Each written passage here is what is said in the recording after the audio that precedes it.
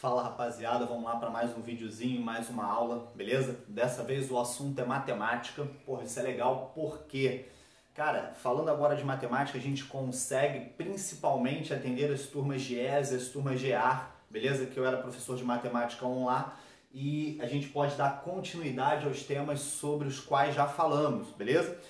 Lembre-se que a gente vem falando de funções, função do primeiro grau, função do segundo grau, beleza? E aí a gente aprendeu a achar raiz, fazer estudo do sinal, analisar os gráficos, tudo isso são coisas que vamos precisar bastante aqui hoje. Lembre-se que uma inequação, cara, ela representa na verdade uma desigualdade matemática, ou seja, eu não vou trabalhar aqui com o sinal de igual, como é mais comum. Eu vou usar o sinal de menor, maior, diferente, menor ou igual, maior ou igual, beleza? Qualquer um deles vai representar para mim uma inequação. O que seria então uma inequação produto ou uma inequação quociente? Galera, inequação produto é quando eu tiver o produto ali entre, digamos, duas funções, beleza? A multiplicação entre duas delas. E quociente é quando eu tiver a divisão entre elas. Para resolver esse tipo de questão, eu uso os conceitos que eu conheço de resolução de inequações, de análise de sinais, beleza? E aplico a esses casos específicos. Vem comigo que tu vai entender aqui. Galera, inequação produto. Esse aqui é um exemplo de inequação produto, porque claramente eu tenho uma multiplicação entre uma função do primeiro grau, por assim dizer, e uma função, uma equação do segundo grau, beleza? Por isso produto. Produto representa na matemática uma multiplicação. Como resolver isso aqui? Primeira coisa, separar e estudar as funções separadamente em primeiro momento. Como assim? Dá nome, cara, a cada um desses casos aqui para facilitar a tua resolução. Por exemplo, essa primeira aqui eu vou chamá-la de f de x. Estou dando um nome, tranquilo? Estou escolhendo uma representação para essa parte aqui da função, uma equação de primeiro grau. Quando eu olho para a segunda parte, eu vou chamá-la de g de x. Dou, obviamente, um nome diferente e vou estudar cada uma delas separadamente. Tranquilo? Vamos primeiro falar da função f de x. Beleza? Ela é mais simples, ela é do primeiro grau, é mais tranquilo fazer o estudo e análise dos sinais referentes a ela. Galera, para fazer o estudo de sinal de uma função, a minha primeira preocupação é encontrar uma raiz. O que é raiz quando se trata de função? É o valor de x, né, o valor da variável independente que faz o resultado dar zero. Então, eu quero descobrir o valor de x que faça essa conta dar zero. Tranquilo? Segue aqui comigo, ó. Iguala a tua função a x, iguala a tua função a zero, 2 menos x igual a zero, e aí letra para um lado, número para o outro. Se eu simplesmente passar o x para o outro lado, eu vou chegar à conclusão que o valor que zera é x igual a 2, tá bom? Diante disso, faz um gráfico para representar o teu estudo dos sinais. Eu não preciso representar o gráfico inteiro, não. Se eu fizer apenas o eixo x, isso já é suficiente para o que eu quero, tranquilo? Galera, função do primeiro grau. O gráfico desse tipo de função não é sempre uma reta? Sim. Pode ser o quê? Crescente ou decrescente. E do que isso depende? Depende do sinal que vem associado ao x. Repara que aqui a minha variável ela é negativa, o meu termo a é negativo, fazendo com que a minha função ela seja decrescente. Então, na hora de desenhar a minha reta, ok? Eu desenho algo assim, que vai diminuindo, que vai descendo da esquerda para a direita. Esse ponto, aonde eu corto, aonde eu intercepto o eixo x, também chamado de eixo das abscissas, ele é justamente a raiz a qual eu encontrei. Tá tranquilo? Show de bola!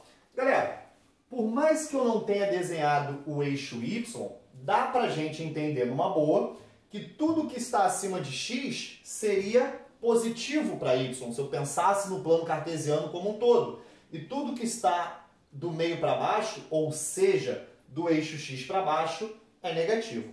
O que isso significa?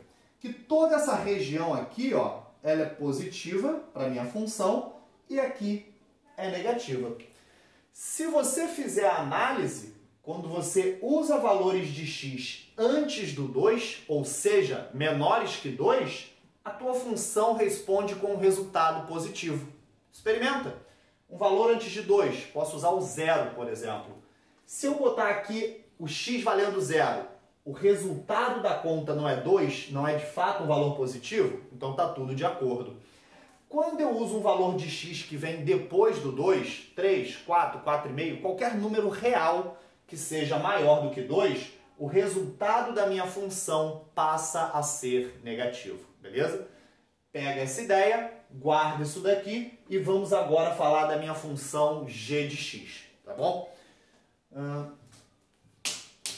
Vou colocá-la aqui, beleza? Para resolver. Bom, a minha função g já é uma função quadrática, já é uma função do segundo grau.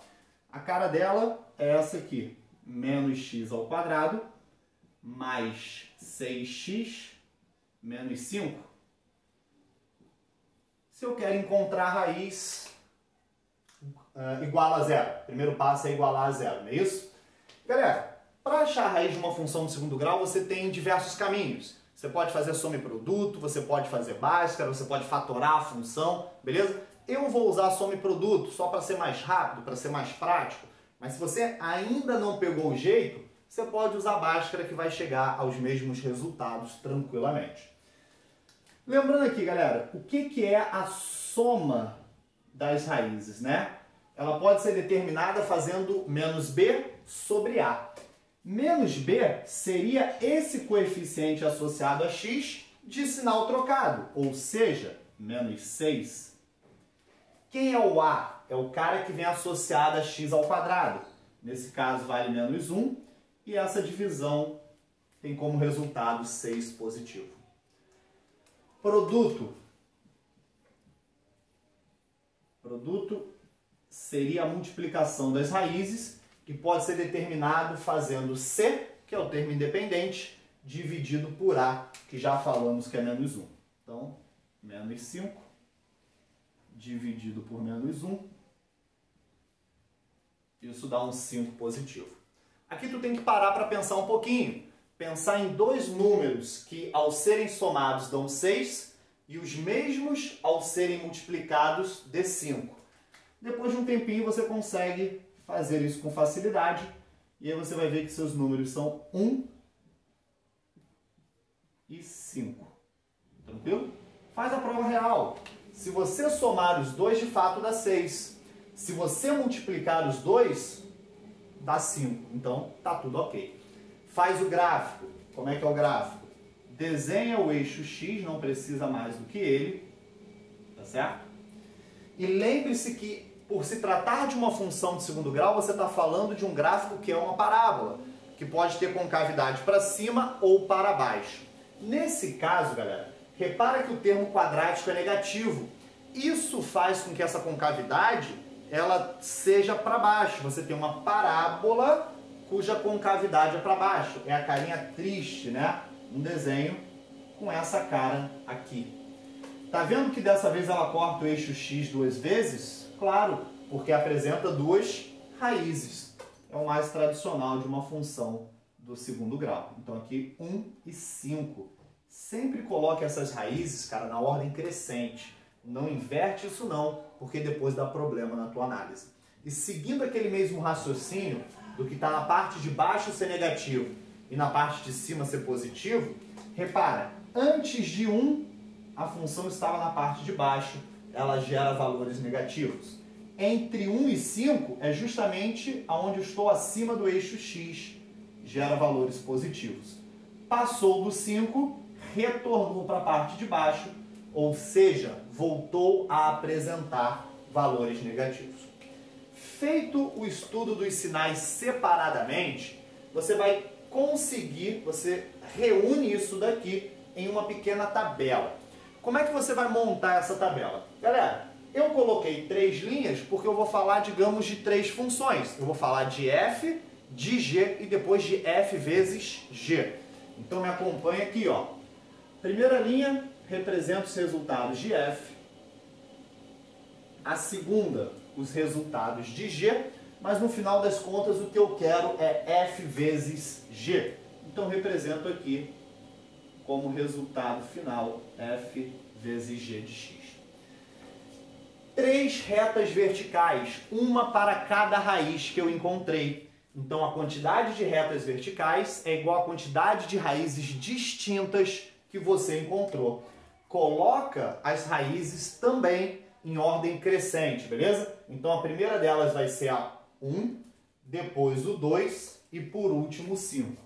Então, ó, em cima das verticais, 1, 2 e 5. Tá tranquilo? E cada intervalo a gente vai representar se naquele momento a função é positiva ou negativa.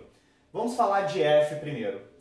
F é positiva antes de 2 e negativa depois do 2. Então o que eu faço? Localizo o 2 aqui. De acordo com o meu desenho, antes do 2, a minha função é positiva. Passou do 2, ela passa a ser negativa. Essa é a ideia, tranquilo? Mesma ideia para a função G. Aonde ela é positiva? Entre 1 e 5. Então aqui está, ó, coluna do 1, coluna do 5. Entre 1 e 5, valores positivos. E antes do 1, negativo. E depois do 5, negativo também. Beleza? Essa parada. Rapaz, como que eu quero é uma multiplicação entre F e G? Obviamente, eu uso a regra dos sinais para uma multiplicação. Mais com menos, dá menos. Mais com mais, dá mais. Menos com mais, dá menos. E menos com menos, dá mais. Aquela regra de produto que a gente sabe que a gente utiliza quando multiplica os números ali normalmente. Tranquilo? Feito essa análise, você já tem condições de avaliar a resposta. Basta voltar para o início e ver que o que a questão quer é que esse produto, essa multiplicação, seja menor ou igual a zero. Ser menor que zero é ser um número negativo. Localiza no teu resultado os negativos. Tá aqui e também nesse intervalo ali. Tá tranquilo? Como você monta, como você reconhece a tua resposta? Galera, para dar um resultado negativo, eu estou antes do 1. Ou seja, eu posso usar valores de x menores que 1. É a única maneira? Não. Existem resultados negativos entre 2 e 5. Então, ou eu uso x menor que 1, ou uso valores de x que estão entre 2 e 5. Tá certo? Só toma o cuidado que aqui embaixo também tem a igualdade, dizendo que o resultado dessa função pode ser menor que zero, negativo, ou pode dar zero. Se pode dar zero, eu posso usar as raízes como resposta. Então aqui não é simplesmente menor que 1, é menor ou igual a 1. E o mesmo vale para as demais raízes. Tá tranquilo? Porque se eu usar 1, o 2 ou o 5, essa função zera por inteiro. Você depois pode até experimentar isso. Se zerou, também está ok, porque ela pode ser menor ou igual a zero. A tua alternativa pode estar representada assim, ou também naquela forma de intervalo, usando parênteses e colchete. Lembrando, como é que eu represento o intervalo aberto? Você usa parênteses ou colchete ao contrário.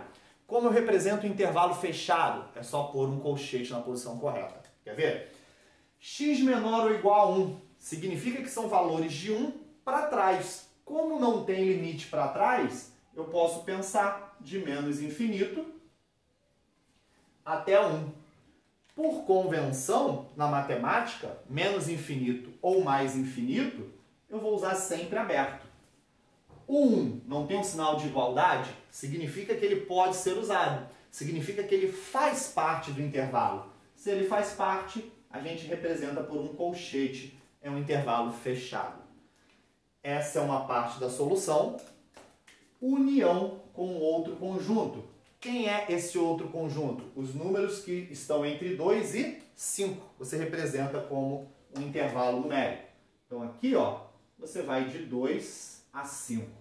Como ambos têm um sinal de igualdade ali embaixo, ambos são fechados.